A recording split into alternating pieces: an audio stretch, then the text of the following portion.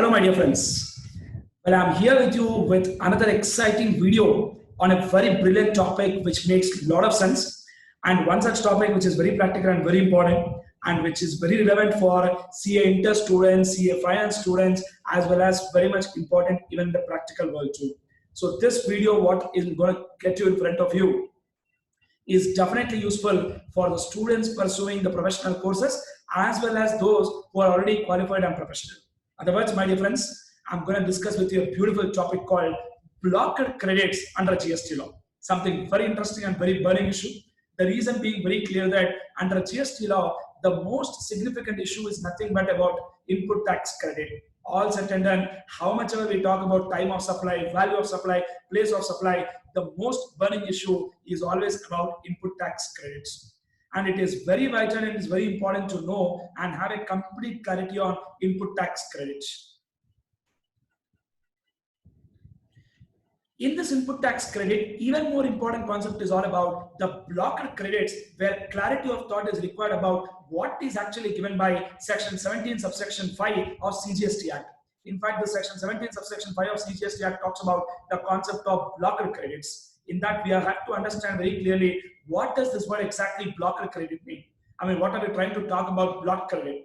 Because the interesting point we need to understand always is that under GST law, they did not specify on what all we can take credit. On what all we can take credit is not specified in GST law. The only thing what they told is that we can take credit on goods, we can take credit on services which are used in the course or furtherance of business.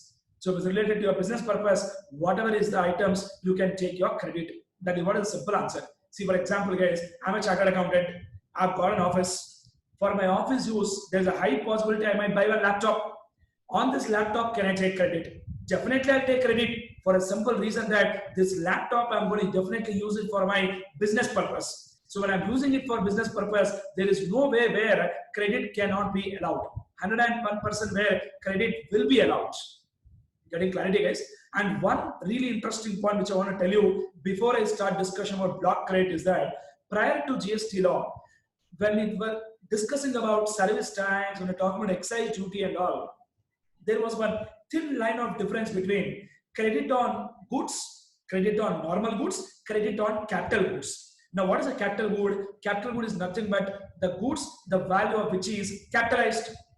Capital good is nothing but the goods, value of which is capitalized. Generally, what does capital good mean? In general, the common sense point is that capital good is nothing but the assets which we capitalize. That is what is technically called as capital good. Now, interesting point in this context, which I want to tell you guys is that when I talk about this capital good, my dear friends, under GST law, we don't do a distinction between inputs. We don't do a distinction between capital goods. Prior to GST law, what we told is that in case of capital goods, excise duty told take credit of 50% in first year and take balance 50% in next year, subsequent years basically. And under VAT laws, that is value added tax, what they told was in case of capital goods, take credit in 36 monthly installments. Take credit in what, my dear friends? 36 monthly installments. So the distinction was quite way different when it comes to inputs and capital goods under service tax, under excise duty, under old law. But under GST law, there is no distinction as such.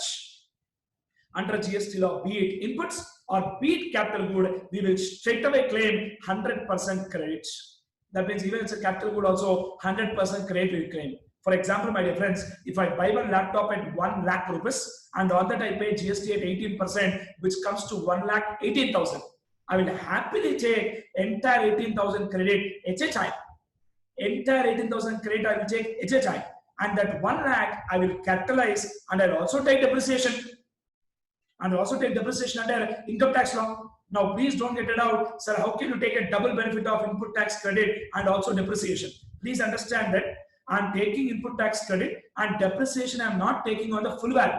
Depreciation I'm taking only on the asset value, excluding the tax amount. I repeat one more time. Depreciation I'm taking only on the asset value, excluding the tax amount. That is where in law they clearly told, Section 16 clearly used that language, that if depreciation is claimed on tax amount, then you cannot take input tax credit. And that's quite obvious that we obviously cannot take input tax credit if depreciation is claimed. I'm sure this makes sense, guys. So friends, I really want to spend some good time with you guys to give a complete quick revision on this topic called blocker credit, section 17 subsection 5. Very important, very practical. So just keep learning, guys, and please concentrate. Come on, let me start.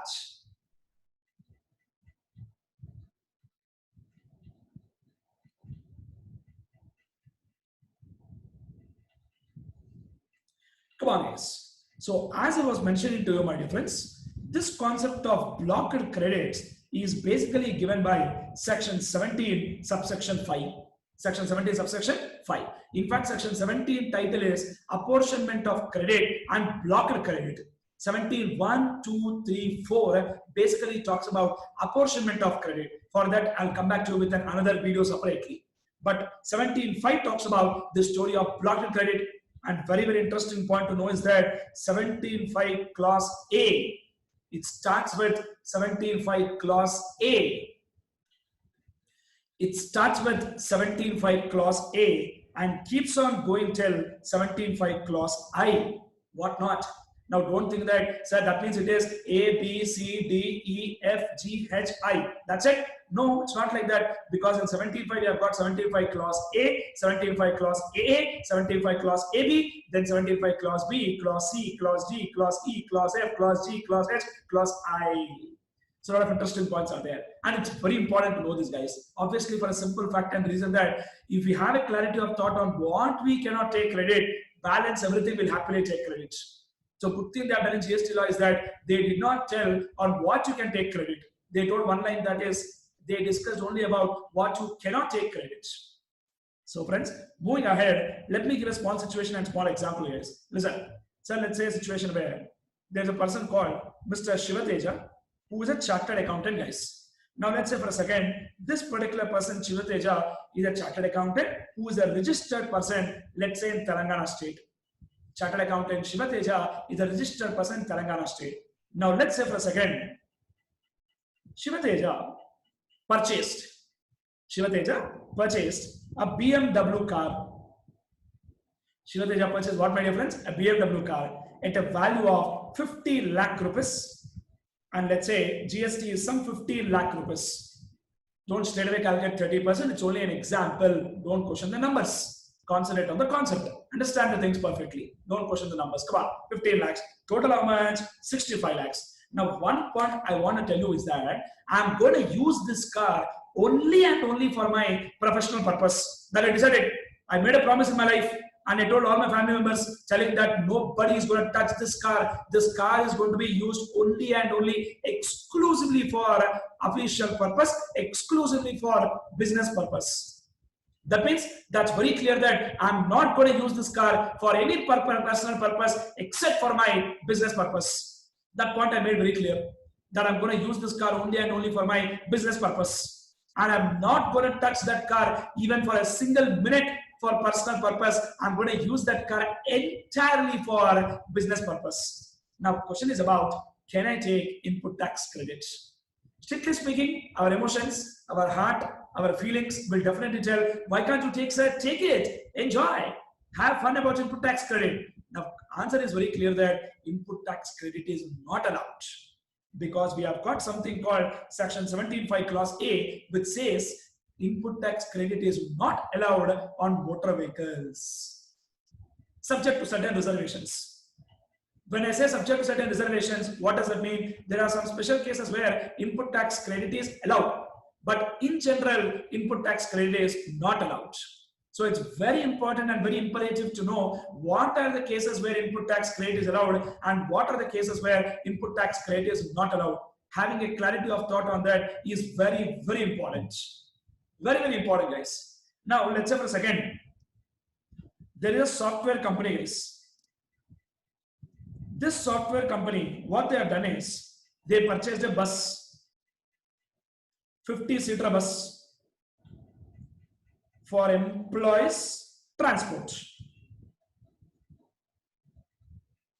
I repeat one more time, friends. One software company purchased what, my dear friends? A 50-seater bus for employees transport. I repeat one more time, please listen. A software company purchased a 50-seater bus for employees transport. Now, question is all about, can software company claim input tax credit? Automatically our brain will tell, so obviously answer is no. Sometime back you only told answer is no. So how can you take credit, sir? You cannot take credit. But my answer this time is yes, credit is allowed.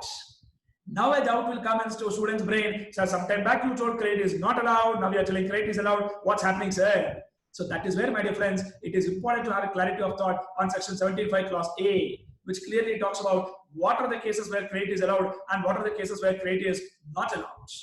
So having that significant amount of clarity is very, very important. And I'll definitely also highlight a lot of practical issues which you need to have a clarity upon, where credit is allowed, where credit is not allowed. So let's have a good conceptual clarity in this particular issue, guys. Clear? Now, sometime back when I told that when Shivateja purchased one BMW car, I told you very clearly that credit is not allowed. Now I'll tell you one situation, guys. Listen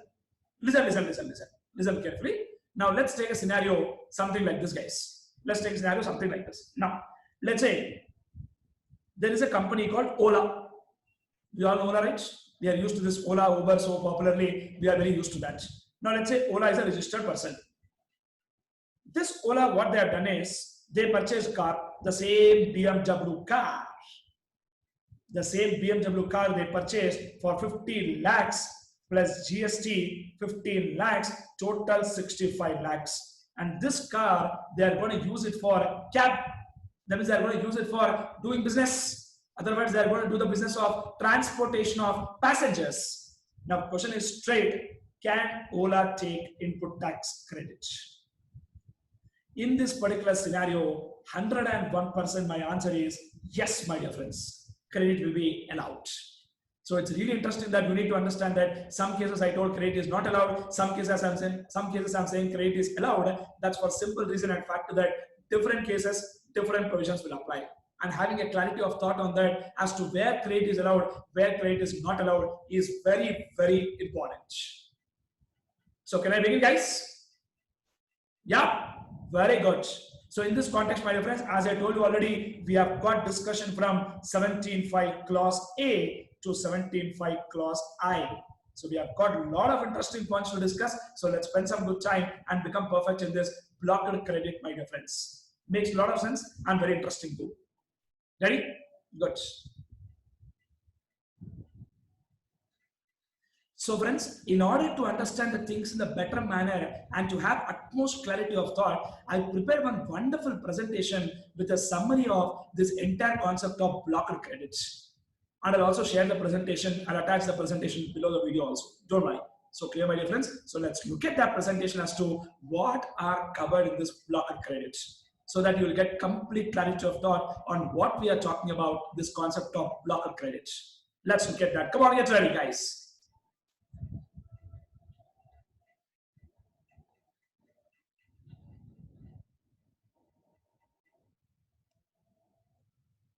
So guys, here comes your presentation on the blocked credits. You can see the title, input tax credit in relation to blocked credits under section 17.5 of CGST Act.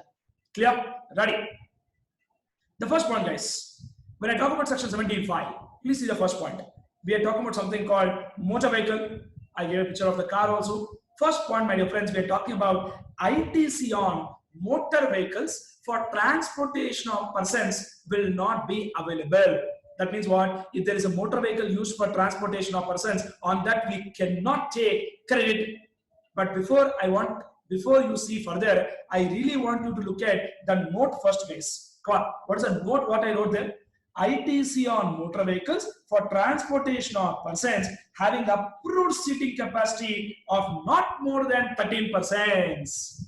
Having approved seating capacity of not more than 13%, including driver, is not allowed. That means what? If the seating capacity is not more than 13%, including driver, credit is not allowed. But what if seating capacity is more than 13%? If seating capacity is more than 13%, then 100% credit is allowed.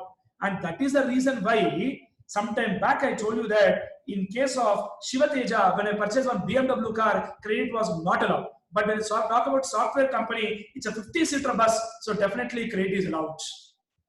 So my dear friend, let me ask you, this 17.5 clause A is basically talking about motor vehicle for transportation of persons having approved seating capacity up to what, my dear friends? 13 persons.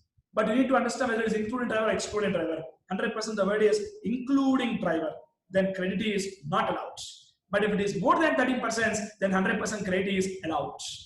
So up to 13%, credit is not allowed. But if it is more than 13%, then 100% credit is allowed. And you need to understand one point very clearly is that they use one language called approved seating capacity. When I say approved seating capacity, what does that mean? For example, if there is a bus, 12-seater bus, in that from home you take 2 chairs and put in that bus. And from home you take 2 chairs and put in that bus and tell now the bus is 14-seater bus. When it is 14-seater, I will take credit. That's not the point, no. They use the language very clearly there. You can see that language.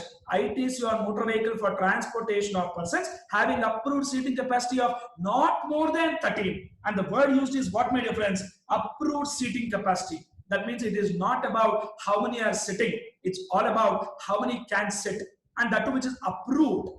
Correct, my dear friend? For example, auto, generally 2 people, 3 people travel. But sometimes 5, 6 also will sit and go. You should not tell it's a 6-seater vehicle. That will not work like that, right, my dear friends?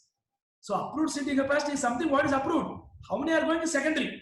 That's where law clearly told it is your motor vehicle for transportation of persons having approved seating capacity of not more than 13 persons, including driver, is not allowed. Is not allowed. So it's very clear, my dear friends, in Shivateja's case, when Shivateja purchased the BMW car, I'm using that car only for official purpose, but still law clearly told, my dear Shivateja, you are not eligible to take input tax credit. Then what can I do? What can I do? Happily I'll keep quiet. Happily I'll keep quiet. There's no other option but for keeping quiet. So I really can't take credit there. Clear, my dear friends? Next. Except when they are used for what purpose? See that. For making following taxable supplies. That means if we are using for this purpose, credit will be allowed. Credit will be allowed. For the first one, further supply of such vehicles. When I say further supply of such vehicles, what does that mean? So let's say second, there is a car dealer. There is what, my dear friends? Car dealer. This car dealer purchased the cars, and what is going to do with the cars? Again, he will resell. When he purchased the car only to resell, he is basically engaged in further supply of such vehicles. When he is engaged in further supply of such vehicles, how can you tell credit is blocked for him? 101% that gentleman can take input tax credit because he is engaged in taxable supply of further supply of such vehicles. Second, transportation of what? Passengers. Already I gave an example, Ola. When Ola purchased a car, they can take credit because they are engaged in making taxable supplies of transportation of passengers. Finally, guys, training for driving such motor vehicles. When I say training for driving such motor vehicles, what does that mean? Logical common sense. When I say training for driving such vehicles, common sense point is very clear that if there is a motor driving school, if a motor driving school purchases a car, they are basically going to use that car for imparting training. On driving such vehicles. In those cases, that motor driving school can definitely take input tax credit. Motor driving school can take what, my dear friends? Input tax credit. That is allowed as per law. That is very clear that this motor driving school can happily take input tax credit. Friends, in this context, I want to ask you one question. Think properly and tell me the answer, guys. Okay? Listen. So let's say there is one person called Mr. X. He is a registered person. This man is basically a wholesaler in medicines. Wholesaler in what, my dear friends? Medicines. Now what X has done is, for the purpose of, come on, I repeat one more time, my dear friends, for the purpose of transport of medicines, for the purpose of what, my dear friends? Transport of medicines, he purchased, let's say, one Tata Ace. Tata Ace. So Tata Ace is one vehicle which is used basically for transportation of goods. So X, who is a wholesaler in medicines, and for the purpose of transportation of medicines, he purchased one Tata Ace. Correct, my dear friends? And let's say the value of Tata Ace is 1 lakh. Example, GST at the rate of 18%, which comes to 18,000. Now, question is, can X claim input tax credit? Speak out, guys. 101%, the answer is no. Credit is not allowed. Is what we will straight away tell and come to conclusions if we just to understand the word motor vehicle and remember. But that's wrong. It is 100% wrong. Let me tell you, the fact is very clear that credit is allowed. Now you should not think, sir, why did you say first no, then yes? The fact is very clear that if a student or if any person, whoever is there, if he just look at the word motor vehicle, he will straight away tell the word no. But definitely the answer is yes. But definitely the answer is yes. Why? I will tell now. I will open that slide once. So if you look at the word used is what, my dear friends, everywhere. ITC for motor vehicle for transportation of persons. Transportation of persons. That means we cannot take credit. We cannot take credit on a motor vehicle for transportation of persons. We cannot take credit on a motor vehicle which is used for transportation of persons. But law never told credit is not allowed on motor vehicle used for transportation of goods. That point is never given in the law. The only thing what they told is motor vehicle used for transportation of persons. But in law, they never spoke about the word called motor vehicle used for transportation of goods. Credit is not allowed. That point they never told. The only thing they told is motor vehicle used for transportation of persons up to approved seating capacity up to 13%, credit is not allowed. If it is more than 13%, anyways, credit is allowed. And they did not talk anything about motor vehicle for transportation of goods. So happily, if it's a goods transport vehicle, without any second thought, we can take credit. Provided you are a registered person, obviously. And how can unregistered person take input tax credit?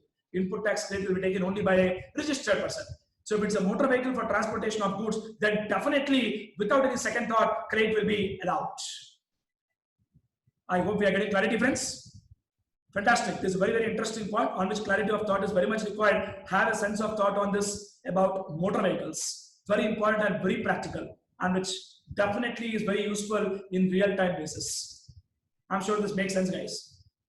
Now, I have one interesting question here, which I have very much seen practically. Now, let's say for a second, my dear friends, there is one person who purchased one motor vehicle, but that motor vehicle is for transportation of persons only. For transportation of persons only. But he is using that vehicle for transportation of goods. He is using that vehicle for transportation of goods. That person came and asked me, sir, can I take input tax credit on this? I bluntly told him, sir, you can't take credit on this. Please don't take credit. If you take credit, again tomorrow when I do GST audit, I will reverse that credit and ask you to pay along with interest without any second thought. Now, why is the reason I told like that? So whenever you purchase any vehicle, you get registration certificate. In short, in our local language, we keep calling as RC, RC, RC, RC. In that RC, they will mention the nature and purpose of the vehicle actually. If the purpose of the vehicle is a goods vehicle only, you can take credit. If it's a normal passenger vehicle, but if you are using it for transportation of goods, how can you take credit, boss? If that is the case, then buy goods vehicle only. Because tomorrow, how do we prove and how do we justify to the officer, to the GST officer when he raises a question on this vehicle, why did you take credit? How do we prove that we are using it for transportation of goods? You cannot tell me a point where, sir, I'll click 2-3 pictures while transporting goods and that pictures I'll show to GST officer. That will not work, guys. That will not work. See, practically GST officer is not a friend or relative to tell one point and he will tell, okay, my dear friend, whatever you say is fine. It won't work like that. Everything needs to be substantiated by a proper documentary evidence. It cannot be told just like that. It needs to be substantiated. Now, my dear friends, in this context, I've got one more interesting practical case also, guys. Let me tell you that also. So in one case, what has happened? One of my client is basically a hotel, one big star hotel. I don't want to name the client here, but he's one big star hotel and doing some very good business, guys. So what has happened is this particular person purchased one car and that vehicle is basically Innova vehicle. I'll not name the client, but I'll tell the details. One Innova car they purchased. Now that Innova car is on the hotel name. I mean to say that is on the company name. And for what purpose they are using that car is basically whenever any passenger comes who books premium room, suite room and all, for that passenger, they will give pick and drop facility for airports. So when passenger is coming from other city or other place, this particular driver takes that Innova vehicle, goes to the airport, he stands with a placard from so and so hotel, and he'll pick up the passenger. And after that passenger visit is over, I mean to say, after that tourist or after that person who is a guest to the hotel visit is over, he will be dropped back to the hotel and then dropped back to the airport. That's what this hotel does. That's what hotel does. I've seen this practically. That man asked me, sir, can I take credit? I told, sir, strictly speaking, credit should not come. But my suggestion is that take credit. Now you might ask one doubt, sir, on what grounds you told them take credit? On what grounds I told them take credit was, I told you the reason why I told like that. And the reason I told like that to them was, see, basically they are giving that facility of that Innova vehicle only for passengers, only for customers who are booking premium rooms or suite rooms. That's all. That means indirectly, you need to understand that when we talk about premium room or suite room, they are charging more money from the customer. And that more money, whatever they charge, also includes the amount being indirectly charged for the pick and drop facility. So I started telling them that you are in the business of transportation of passengers also. It is like a composite supply. Composite supply where you are providing facility of accommodation also, food also, pick and drop facility also. So on that reason, I told them yes. Of course, subjective, tomorrow issues can come, tomorrow reasons may be raised, GST officer may question that, but I will substantiate telling that this is indirectly, we are paying tax on this. This vehicle is indirectly being used for transportation of passengers, and this vehicle is not being used for any other purpose. So like that, I'll try to substantiate it. So like this, there are so many burning issues in the real-time basis where questions keep coming. Can we take credit? Can we take credit? Can we take credit? So friends, in this context, I'll also ask you one more interesting question, guys. Listen very clearly. Listen. Carefully concentrate and listen. Come on. Let me tell you an interesting case, guys. Now, when I talk about Shiva Teja, sometime back I told you that Shiva Teja purchased one BMW car. This fact we know. Correct? Yeah, I told you that already. Now, what has happened? On car, can Shiva Teja claim input tax credit? We bluntly told answer is no. That credit is not allowed. Now, my dear friends, let's say Shiva Teja has sent car for servicing. Come on, guys. What have I done, my dear friends? Come on, what did I do? Tell me, guys, what did I do? I have sent the car for what purpose? Servicing. When I send the car for servicing, my dear friends, that servicing bill turned out to be 10,000. On this 10,000, they charged GST at the rate of 18%. Let's say it comes to 1,800. Total figure comes to 11,800. That means the basic bill amount is 10,000. GST at 18%, 1,800, and total turns out to 11,800. Getting clarity, my dear friends? These are the facts of this particular case. Clear? Now the interesting fact and interesting question is something like this. That can Shiva Teja claim input tax credit of 1,800? For this also my answer is no. Once upon a time, this point was very litigated, where they told, law only told don't take credit on motor vehicle, but law never told don't take credit on repairs and maintenance, servicing and all. So what position we have taken prior to 2019 was very clearly that we told don't take credit on motor vehicle, but take credit on servicing, repairs, maintenance and all, because law spoke only about motor vehicle. But in 2019, amendment has been done and they brought one point specifically for that, and they told, clearly stating that on repairs and maintenance and servicing, we cannot take input tax credit. And very logical, sensible also, for the simple reason that, sir, when you can't take credit on the vehicle, how can you take credit on servicing, repairs and maintenance, boss? You can't take. Straight simple point. Now, my dear friends, take a situation where software company purchase 150-seater bus. Can software company take credit of the bus? Yes. Yes. Now tell me, can software company, if they send that bus for servicing, can they take credit on the servicing bill? Yes. That also answer is yes. That means logical point you need to understand is that if you are able to, otherwise, if you are eligible to take credit on motor vehicle, then take credit even on servicing, repairs and maintenance. But if you are not eligible to take credit on motor vehicle, then don't take credit on servicing, repairs and maintenance. What a brilliant point, guys. I'm sure we all got full clarity. That's the end of story for 17.5 clause A. Very interesting, very important. Going back, guys, I'll open the slide once for your benefit.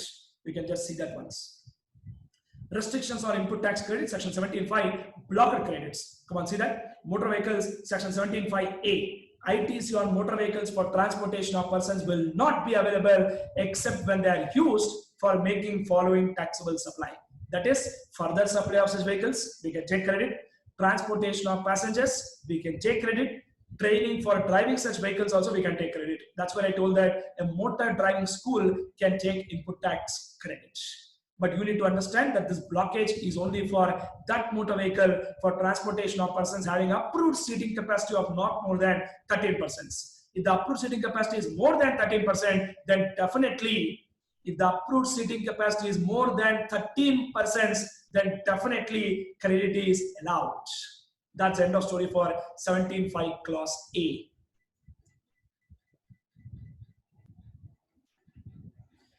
Yes, friends. Now, moving forward, the story of 17.5 clause A is not just complete just like that. Before I move forward, I just want to tell you a small thing before I move forward. That is something interesting like this. That is, what is the meaning of motor vehicle? You also need to know what is motor vehicle actually means, because we told very clearly that credit is not allowed on motor vehicle. Now, what does motor vehicle mean? Please see that now. Motor vehicle or a vehicle means any mechanically propelled vehicle adapted for use upon what? Roads. Whether the power of propulsion is transmitted thereto from an external or internal source, and includes the chassis, the engine chassis, to which a body has not been attached, and also a trailer, but does not include a vehicle running upon fixed rails. When I say vehicle running upon fixed rails, what does that mean basically? The train, or a vehicle of special type adapted for use only in factory. A specialized vehicle, I repeat one more time, vehicle of what, my dear friends? Special type. A special type vehicle adapted, that means basically adapted for use only in what? Factory. That will not come in definition of motor vehicle. Factory or any other enclosed premises, or a vehicle having less than 4 wheels. What is a vehicle having less than 4 wheels? A two-wheeler or an auto will also come there, but you need to read the full point there. A vehicle having less than 2 wheels fitted with engine capacity of not exceeding 25 cubic centimeters. That means not more than 25 cc. So if it is less than 25 cc vehicle only, we can take credit, because that is not covered in the definition of motor vehicle. So if it's a two-wheeler, where you talk about 200 cc, 100 cc, 150 cc, 250 cc and all, in those cases we can't take credit. But if it is not exceeding 25 cc, then we can take credit. But 25 cc is very little actually. Now see, that's where one small explanation I gave here. Please see this. Hence, railways, two-wheeler or three-wheelers with engine capacity 25 cc, then bicycle does not have engine, would not fall in definition of motor vehicle. If they do not fall in definition of motor vehicle, what does that mean? If they are not falling in definition of motor vehicle, then happily they can take input tax credit. That's it. That's the end of story for section 17.5 clause A, which talks about motor vehicles having approved seating, motor vehicles basically for transportation of persons having approved seating capacity of not more than 30%, including driver. In that particular case, input tax credit is not allowed. This is the story of 17.5 clause A. Moving ahead in the same lines, we're talking about something called 17.5 clause AA, my dear friends. Very simple and easy. This talks about vessels and aircrafts. Like how 17.5 clause A told credit is not allowed on motor vehicle, 17.5 clause AA talks about credit is not allowed on vessels and aircrafts. So let's take a situation where, for practical example, a lot of people have got private jets. So for example, if Mukesh Ambani purchased one aircraft for his business use, can he take credit? No. When Shivateja's case, they told no credit on BMW car, then how can Mukesh Ambani take credit on the private jet what he'll buy? They can't take credit. Same logic applies for vessels aircraft also. That means the point what we learnt in motor vehicle will apply even for vessels aircraft also. vessels, aircraft, except when they are used for making following taxable supplies. What are the following taxable supplies? Come on. Further supply. This point already I taught you. Further supply, that is buying and selling. Second is what? Come on. Second is for transportation of passengers. Third is impart in training for flying. We don't use the word driving. Flying or navigating such aircraft or vessel. But one point I'll tell you, my dear friends. Vessel and aircraft used for transportation of goods. Vessel and aircraft used for what, my dear friends? Transportation of goods. Then definitely my answer, what I will tell is ITC is allowed. So if a vessel and aircraft, if a vessel or aircraft, a vessel and aircraft is used for transportation of goods, ITC is allowed. This is something like very similar to our motor vehicle concept. Whatever I taught you in motor vehicle equally applies here also. Further supply, transportation of passenger, imparting training, same words are there. Those case credit will come. But in general, we can't take credit on vessels and aircrafts. And vessel aircraft, there's nothing called 13 capacity, 20 capacity, 40 capacity, 50 capacity. Whatever is the capacity, credit is not allowed. But in case of motor vehicle, the word used is about what? Motor vehicle for transportation of persons having approved seating capacity of not more than 13 persons. So if it's more than 13 persons, there they told credit is allowed. But in vessel aircraft, there's got nothing to do with 13 persons, 14 persons, 15 persons. Straight away, vessel and aircraft credit is blocked. That's it.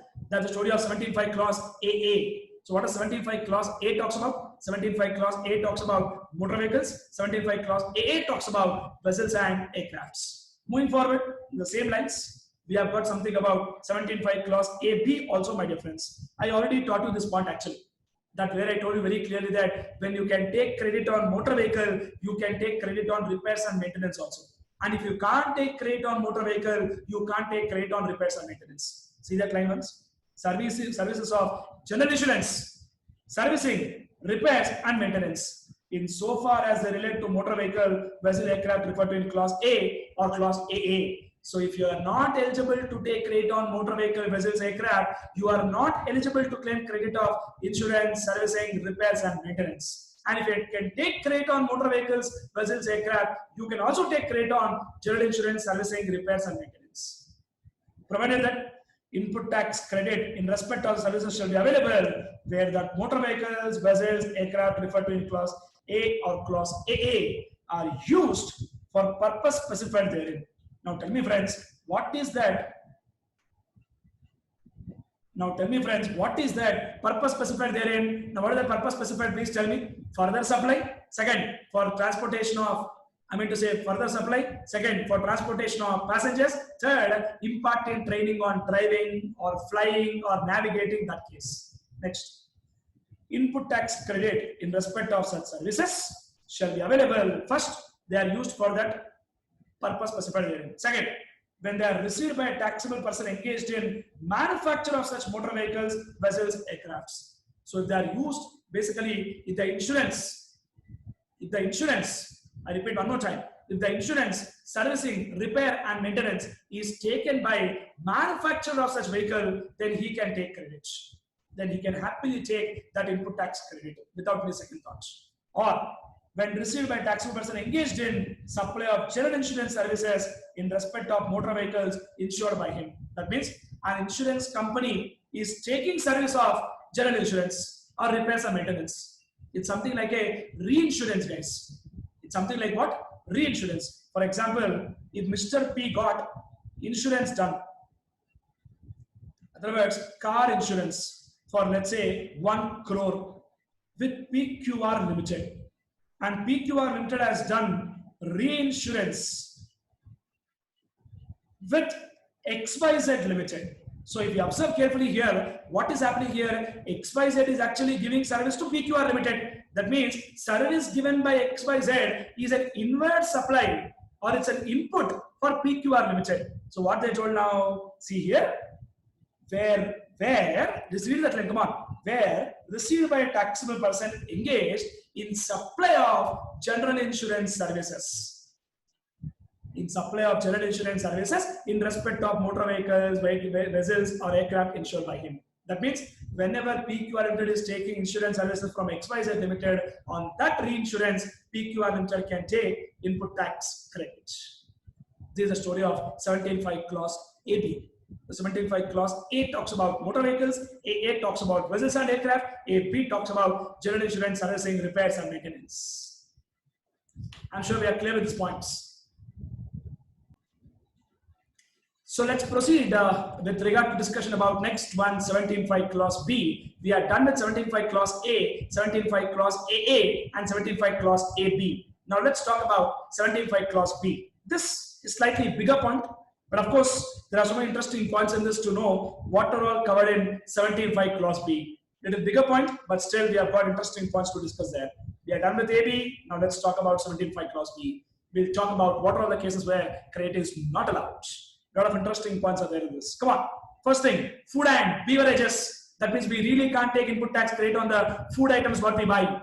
And when I say beverages, I'm not talking about alcohol liquor for human consumption. I'm talking about the cool drinks and other energy drinks and all. Why not alcohol liquor is because of the simple reason that we all know that alcohol liquor for human consumption is kept outside GST. The reason being very clear that state government charges excise duty on alcohol liquor for human consumption. That's the reason why alcohol liquor for human consumption is not covered in GST. That's the reason. In fact, if you look at the GST definition also, it clearly says it's a tax on supply of all goods or services or both except alcohol liquor for human consumption.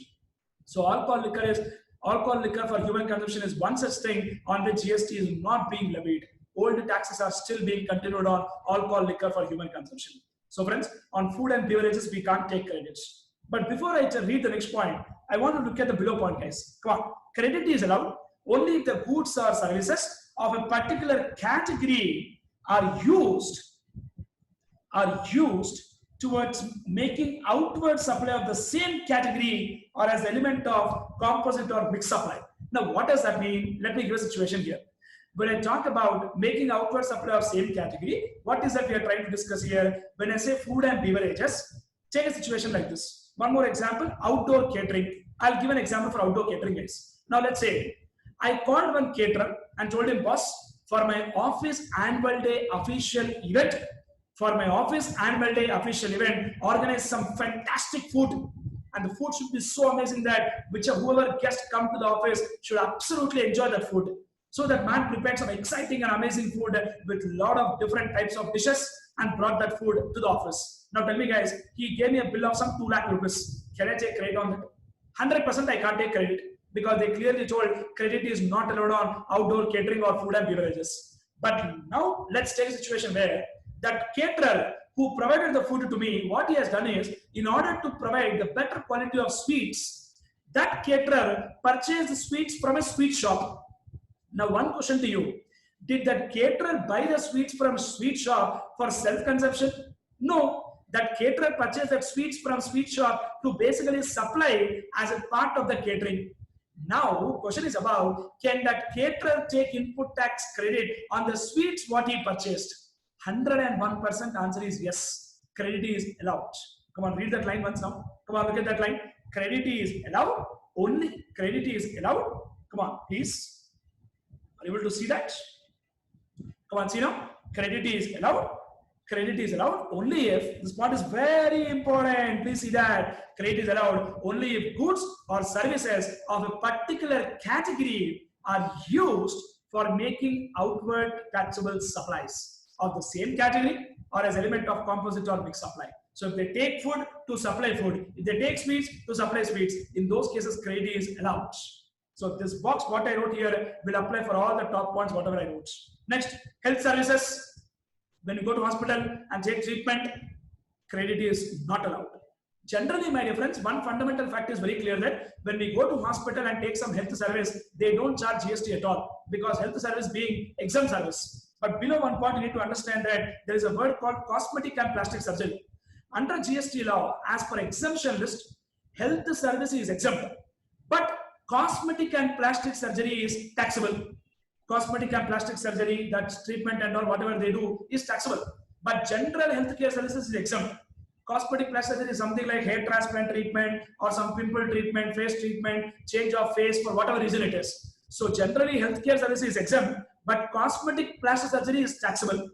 But one more point to give you knowledge, I'll tell you, if cosmetic and plastic surgery is done as a part of treatment, what? Treatment, then again it is exempt. This point is anyways there in exemption list. But now what I want to tell you is that, let's say if a person has got some cosmetic plastic surgery done, and on that hospital people charge GST also, can he take input tax credit? Answer is no. Even though he got that cosmetic plastic surgery done for business purpose, whatever reason it is, he can't take input tax credits. Which point? Beauty treatment. On beauty treatment also, credit is not allowed. Next, very, very popular, very interesting, because very practical actually. Life insurance, health insurance. Credit is not allowed on life insurance and health insurance. Practically, we always pay GST on the life insurance, medical insurance, what we take. But law bluntly told, in that case, credit is not allowed. Next, renting, leasing. Renting is for short term, leasing is for long term. Renting, leasing or hiring of motor vehicle, vessel, aircraft referred to in clause A or clause AA. Clause A, remember that motor vehicle point? Clause AA talks about vessels and aircrafts. So one point you need to understand is that Shivateja BMW car example I gave. But let's say Shivateja BMW car did not start. BMW, so what? Any vehicle can give a problem. So that vehicle did not start. So what I have done is I opened Uber and I booked a cab to go to my client place. So I booked a cab or I hired a cab only for what purpose? Official purpose. But can I still take credit? Answer is no. Credit is not allowed. Whatever bill Uber or Ola will charge me, I can't take credit. Not because of 17.5A, but because of 17.5B. You need to get that point very clearly. Now, one more interesting point, let me tell you guys. Let me tell you a small situation here. Let's say I opened Ola and I booked 6 cabs. Now, you might think, so what will you do with 6 cabs? I want to go in 6 cab line. In one line, I want 6 cabs to travel like that. Inspired by South Indian movies, I want to go like that. 6 cabs I wanted to book. I booked 6 cabs. That man gave a reply telling, so presently only 4 are available. 2 I will take from another travel agency and give it to you. I told, okay, it doesn't matter. They took 2 cabs from somebody and gave it to me. But Ola gave me bill for 6 cabs. Now on that 6 cabs, Ola will give me a bill. Can I take credit? 100% answer is no. I can't take credit. But tell me, Ola has taken 2 cabs on rent to give it to me. Correct or not? Yes. Ola has taken 2 cabs on rent to give it to me. Can Ola take credit of the GST paid on the 2 cabs? Answer is yes. Answer is yes. That is because of special point what I wrote below. That is, credit is allowed only if the goods or services of a particular category are used for making towards outward taxable supply of the same category or as element of composite or mixed supply. So that on 6 cabs, when Ola gives me bill, I can't take credit, but 2 cabs what Ola has taken to give me, Ola can take input tax credits. What a brilliant point, guys. I'm pretty sure we got clarity on this point. Good. Let me proceed. So friends, if you observe what are all covered here, food and beverages, outdoor catering on food items, we can't take credit at all. Keep in mind, outdoor catering, we can't take credit. Health service, cosmetic plastic surgery, we can't take credit. One more special important point, keep in mind, life insurance, health insurance also, we can't take credit. Beauty treatment, renting, leasing, hiring of motor vehicle, vessel, aircraft. Then 17.5B, we have 1-2 more points also. Membership of club, be it any kind of club, guys. Recreation club, entertainment club, whatever it is, we can't take credit. Next, health and fitness center, gym. When we join a gym or cult or anything like that, whenever we pay membership fees for that health and fitness center and all, or monthly annual fees, we can't take credit. Travel benefits given to employees. A lot of times, employer buys tickets and gives to employee. That's technically in income tax, we call it as leave travel assistance or home travel assistance. On those things, credit is not allowed. But one special point I really want you to focus upon, absolutely important point. What is that? ITC shall be allowed if it is obligatory. If it is what? Obligatory for an employer to provide the same to its employees under any law for time being in force. That means if an employer is giving something to the employees on account of obligation, he is not giving out of the company policy or out of love and affection towards employees. He is not giving like that. He is giving because it is an obligation. obligation. Under what? Under any law for time being in force, then definitely credit is allowed. I will give a practical example, guys. There is one factory. In factory, they put up one canteen and they have taken some outdoor catering for that canteen.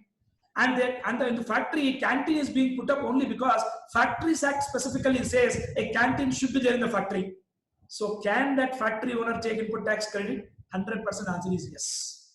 Now one more situation. That factory owner has taken life insurance, health insurance for employees. Not because of obligation, but because of love and affection. Can employer take credit? Answer is no.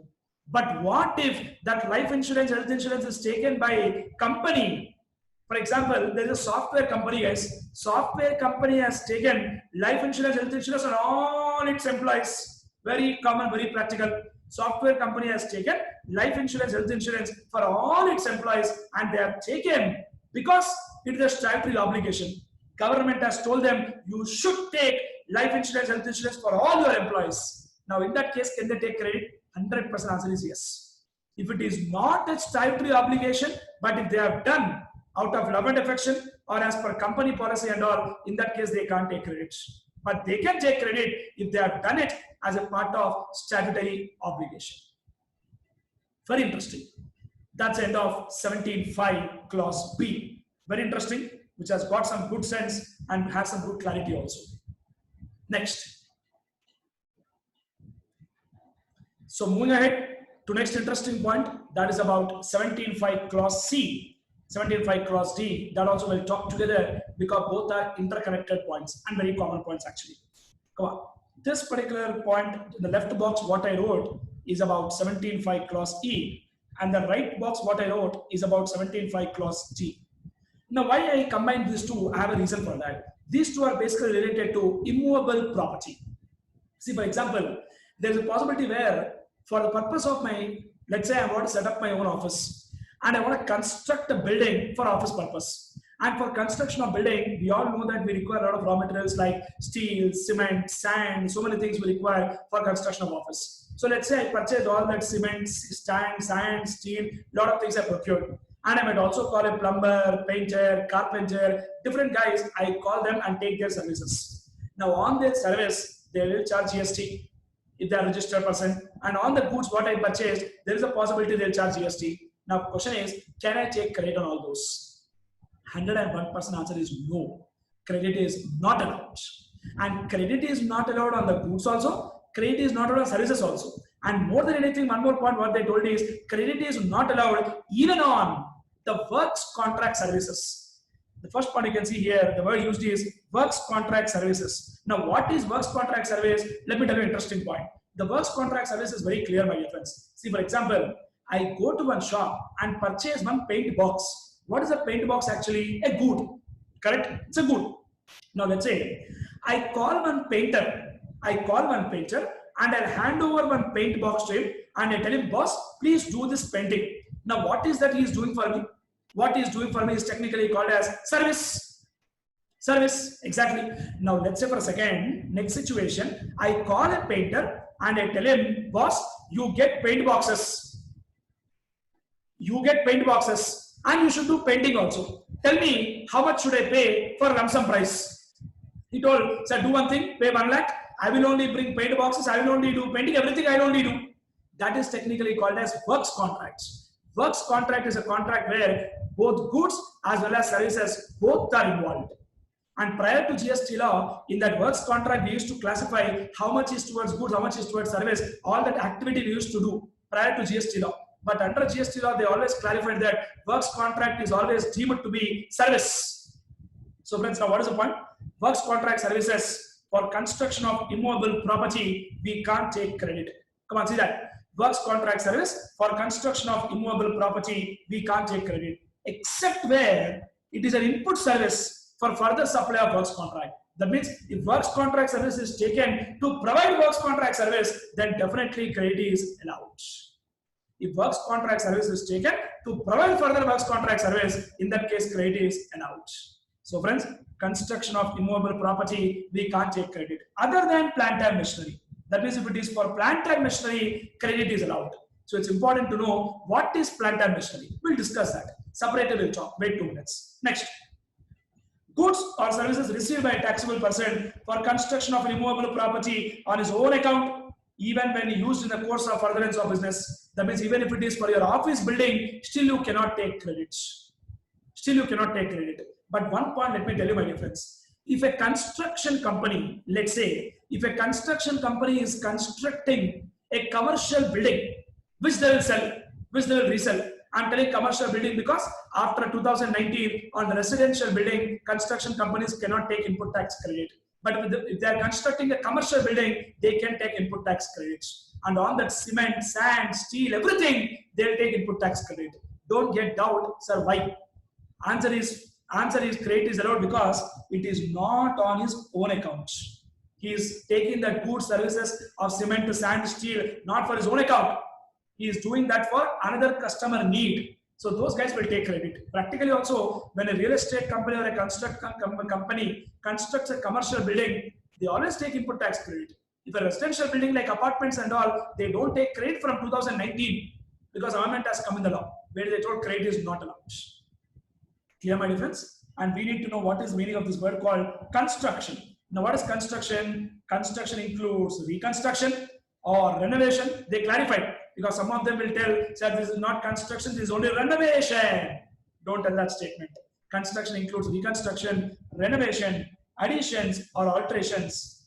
Additions or alterations or repairs to the extent of what, my dear friends? Capitalization. That means whatever we capitalize. So, for example, if there is a small repair work done, for example, there is a small repair work done, if there is a small patch work done, for example, at one place, for example, at a particular place, some paint is lost, and I called a painter and asked him to do some paint at a particular place. Clear my difference? And this is not so high in nature that it is not capitalized. That means it is not capitalized, but it is charged off to P&L as a revenue expenditure. In that case, they told credit is allowed. Obviously, common sense point because it is not called as construction. Because construction includes only reconstruction, renovation, additions, alteration or repairs to the extent of capitalization. If it is not capitalized, then credit is allowed. Because if it is not capitalized, it is not called construction. If it is not called construction, then credit is allowed. Then you will start thinking, if that is the case, I will not capitalize anything. You cannot do like that, right? Income tax, accounting principles will not accept. For example, if you construct a building, you cannot tell everything is charged off to P&L. How is it acceptable? Even in income tax and accounting, we always say capital expenditure is that which enhances the value and life of asset. If it's a capital in nature, it's a capital in nature. If it is not a capital in nature, I am telling it is not regarded as construction. If it is not regarded as construction, then definitely credit is allowed. That is a beautiful point here. Always keep in mind. A lot of people just like that think that whatever repairs they do, whatever goods services they buy for construction related things, or they take some painter service, these kind of things, sometimes they don't capitalize because they are very minor repairs. In that cases, they fail to take input tax credit, thinking it's related to property, let me not take credits. But answer is credit is allowed. Credit is allowed. Clear my difference? Now one more point I'll tell you, sir. See, for example, let's say I go to a sanitary shop and buy one tap. Buy one what? Tap. Buy one tap for my office use. For my office use, I purchase one tap. Now, question is, on the tap, can I take input tax credit? Answer is yes. Because the tap is not an immovable property as such. It's not being purchased for construction of movable property. It's a movable property. The tap can anytime be removed and fixed again. So, credit is not allowed only for construction of an immovable property. If it is not an immovable in nature, credit is allowed. That is where practically we take credit on laptop, TV, tables, AC, sofa, everything what we buy for office purpose. Of course, business related only, credit is allowed. In my office recently, we purchased some ACs. On that, whatever GST I paid, I have taken credit. Because it's not immobile property, it's an AC. Anytime I can remove it and again fix it. It's movable, credit is allowed. So when you buy an AC, when you buy fans, when you buy TV, when you buy computers, when you buy laptops, when you buy some furnitures, always take credit, don't miss out. When you buy a cell phone, take credit if it is for your business use. Getting clarity? Good. Now, one point which I want to tell you is that so far I told 10 times that credit is allowed for plant and machinery, but credit is not allowed only for immovable property. So it's important to know what is plant and machinery, because lot of credit is allowed for plant and machinery. Credit is not allowed only for immovable property. Now, what is plant and machinery? Please see now. Come on, please see. what is covered in plant and machinery. This is defined in the law only. In GST Act only they define what is plant and machinery, so that issues will not come tomorrow. We will not be prone to litigations tomorrow. Come on, what is covered in plant and machinery? Please see that plant and machinery means any apparatus or equipment or machine fixed to earth. Any apparatus, machine or equipment fixed to earth, maybe some generator or some machines used in factory by foundation or structural support that are used for making outward supply of goods or services or both, and include such foundation or structural support. So all these machines will come under plant and machinery. So if any goods or services are taken, or if any works contract services are taken for construction of plant and machinery, then definitely credit is allowed. And what is plant and machinery? Any apparatus or equipment or machine which is fixed to earth. One more example, generator. Generator is fixed to earth, but directly will not put on the floor. We all know that generally when they put generator, they'll get some platform ready, on that they put generator. That's something like a foundation or structural support. We get ready for generator and then put the generator. Clear, friends? But excludes, that means these are not covered in plant and machinery. There are three things which are not covered in plant and machinery. If they are not covered in plant and machinery, what is the meaning? Credit is not allowed, because the fact is very clear that credit is allowed only on plant and machinery. If it is not a plant and machinery, credit is not allowed. Now what are covered here? Come on.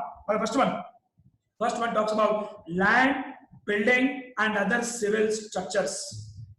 Land, building and other civil structures. Second, telecommunication towers, cell phone towers, mobile towers. Third, last one, pipelines laid outside the factory premises.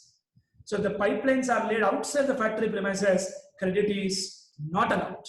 But let's say I'll ask you one question. If the pipelines are laid inside the factory premises, then is it covered here? No. If it's not covered here, what does that mean? It is plant and machinery. So can we take credit? Yes. So that means, my dear friends, to summarize this, we cannot take credit on works contract services or on goods or services related to construction of immovable property. And construction is to the extent of characterization. On that we can't take credit. But credit is allowed in relation to plant and machinery. That means credit is allowed in relation to construction of plant and machinery. And plant and machinery means what? Any machinery, equipment, apparatus is all covered in plant and machinery. But plant and machinery excludes three things. That means the three things are not covered in plant and machinery. What are the three things? First one, come on. Land, building and civil structures. I repeat one more time. What is the first one? Land, building and civil structures. Second, telecommunication towers. Third, pipelines laid outside the factory premises. On these three things are not covered in definition of plant and machinery. If they are not covered in definition of plant and machinery, that means input tax credit is not allowed. That's it. So friends, we are done with 17.5 A, B, B, C and D. A was talking about what? Motor vehicles. A was talking about what? Vessels and aircraft. B was talking about servicing, repairs and maintenance. B, we had food and beverages, outdoor catering, life insurance, health insurance, membership of club, fitness center, whatnot. So many were there. 17.5C, works contract services for construction of immovable property. 17.5D, goods or services or both for construction of immovable property. But credit is allowed if it is related to plant and machinery. But plant and machinery excludes land, building, civil structures, telecommunication towers, pipelines laid outside the factory. Means these three are not covered in plant and machinery. That means on these three, input tax credit is allowed. What a brilliant concept, guys. So moving ahead, in fact, if we are done with 17.5D, it means 90% of input tax credit is over. I mean to say 90% of input tax credit, blocked credit concept is over. Only just few points are left to know. And they are very simple and easy to understand. And those points we are done means blocked credit concept is over. Now what is that? Let me complete. Next. See now. This point is talking about 17.5 clause E. Let me open that slide once again. Come on. Look at that. Friends, 17.5 clause C is over, D is over, and then we discuss what is plant and machinery, and I'm going to next slide. 17.5 clause E. Goods or services or both on which tax has been paid under section 10 Friends, let me tell you, section 10 of GST talks about a concept called composition scheme, sir. Composition scheme is one such scheme which is basically taken by those persons whose aggregate turnover does not exceed 1.5 crores. And of course, that scheme is not mandatory, that's only optional, where they just pay a small percentage as tax and they'll pay tax on quarterly basis. And they are those people who are not eligible to take input tax credit. For example, a trader, a normal grocery shop near our house, whose turnover is more than threshold limit of registration, but turnover is not more than 1.5 crore. He goes for composition scheme. That particular person, when he sells some goods, he cannot charge GST from customer, because as per section 10 of GST Act, CGST Act, composition person is not eligible to take input tax credit and he cannot collect tax from customer. He will just pay tax, trader will pay tax of only 0.5%. That tax he will pay from his pocket only. So when we buy from a composition person or we take some services from composition person, we can't take credit. Common sense. Because he is not taking tax from us, then how can we take credit, boss? So what is 17.5e? Goods, services or both on which tax has been paid under section 10. Next point. This point is 17.5 clause F.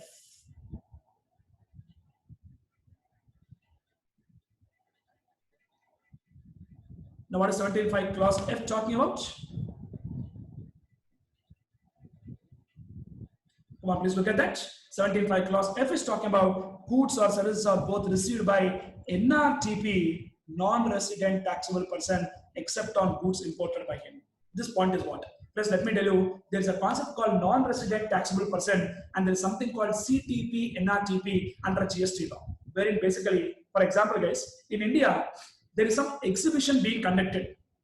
I repeat one more time. In India, there is some exhibition being conducted for short-term period. Let's say one foreign person wants to come to India and participate in that exhibition. For example, let's say, when I say participate, not as a customer, but want to do business. For example, let's say there is some gold exhibition in India. One Dubai gold shop person, he wants to come to India and display the items in the exhibition and he will sell. So basically, he is basically importing the gold articles, gold jewelry items into India. And for the purpose of doing business in India, for that short-term period, he will take registration known as NRTP, my dear friends. NRTP stands for non-resident taxable person. And under GST law, non-resident taxable person registration is valid only for period specified in the application or 90 days, whichever is earlier, which can be further extended for another period of for another maximum 90 days. That means NRTP registration is valid for maximum 180 days. Now what this point is telling is that NRTP who has come to India for this short-term period for doing business, he cannot take input tax credit on any goods, on any services. But he can take credit only on the goods imported by him. That's it. Next point, straight away, very simple point, 17.5 clause G. Goods or services are both used for personal consumption. Common sense. What is there to explain in that? If it is personal use, obviously you can't take credit, man. Next. This is 17.5 clause H. Goods lost. If it is lost, then why will log you credit? But originally when you purchased, goods were there with you. You have taken credit. But once the good is lost, reverse that credit then. We gave credit because we are using that good for business purpose. If that good is lost, then why will I give you credit then? Reverse it. Goods lost, stolen. Friends, what is the difference between lost or stolen? Lost is something like we missed out. We kept it somewhere and we lost it. Stolen, somebody has shown his talent by stealing that. Lost, stolen, destroyed, or written off, or disposed by way of gift or free samples. Free samples is very popular in case of pharmaceutical companies. Whenever a pharma company gives free samples or that related, they cannot take input tax credit. Clear, my difference? This word is basically not just free supplies. This word is basically free samples. But a lot of times we find in a lot of shops something like buy one, get one free offer. For example, we go to a shirt shop, a textile shop or a store, cloth store. We buy one shirt, that person will tell, sir, you buy one, you will get one free.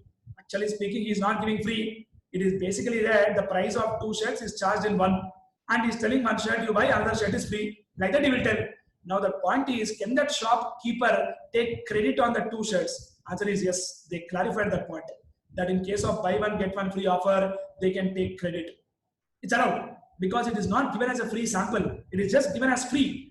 When it's given as free, it's not that it is actually given free. That price is actually being captured somewhere. So in today's date, why something will come free, boss? Nothing will come free. If it is coming free, that means background something is there. Come on. So goods lost, stolen, destroyed, written off, or disposed by way of gift. If something is given as gift also, on that also input tax credit is not allowed. Finally, last point to complete this, which is actually dealt by 17.5 clause I. Any tax paid in accordance with provisions of section 74, 129, 130. Let me tell you, 74 talks about fraud, misstatement, suppression. If any tax is paid on account of some fraud or misstatement or suppression, after paying that you cannot take input tax credit. First of all, you have done fraud, or first of all, you have done some misstatement or suppression, then how can you take input tax credit, boss? Come on, that's ridiculous. Next, 129. 129 talks about detention, seizure. Detention, seizure means what? For example, if some goods are going in transit, when some goods are going in transit, a lot of times it happens practically, some people don't generate e-waybill and send the goods. If they don't generate e-waybill and send the goods, what will happen? There's a high possibility that officer might stop the goods, stop the vehicle in transit. Generally, e-waybill is mandatory where there is a movement of goods of value exceeding 50,000. If the e-waybill is not generated, the vehicle is stopped, e-waybill is not there, he will detain and seize the goods and tell, come on, pay tax right now and pay penalty right now. And that tax what you pay, you again don't tell, I will take input tax credit. First of all, you made a mistake. For that, we are asking you to pay something. And again, that if you tell, I will take credit, how far it's correct? Getting clarity? 74 is what? Fraud, misstatement, suppression. 129 talks about detention, seizure. And 130 talks about confiscation. Now, what is this confiscation? Generally, confiscation happens in what case? I'll tell you, sir. Confiscation generally happens in case where when they detain and seize, for example, some goods are in transit, e-waybill is not there, officer stopped the vehicle, he detained it and he seized and told please pay penalty. And as per GST law, that penalty should be paid within 14 days. And if you don't pay that penalty, he will confiscate the goods. Confiscate means what? That goods will be taken away by him and he will sell that goods and recover the penalty and every tax. Getting clarity? So if any tax is paid on account of 74, 129, 130, on that you cannot take input tax credits. So friends, these are the very interesting points in this wonderful area called blocker credit dealt from section 17 subsection 5 and starting with 17.5 clause A and ending with 17.5 clause I. Very practical, very important, and this video is very important for all the professional students as well as qualified persons. Make use of this video. Let the people know about this, share with them, subscribe to our channel for more and more of such videos and enjoy learning. Take care, keep learning, and there's never an end for learning because learning is not just where there's an end, it keeps on going, it keeps on running as time keeps going. Because I always keep saying that whenever there's an amendments, it's very important that we need to be very aggressive and have a fantastic clarity of thought on amendments. Because if you don't update, you will outdate. So knowledge is in the ocean and knowledge is very important. So this is a video about blocker credits dealt from section 17 subsection 5 and dealt from section 17.5 clause A to 17.5 clause I. Thank you so much. Take care. Have a great time and keep learning. Thank you. Bye.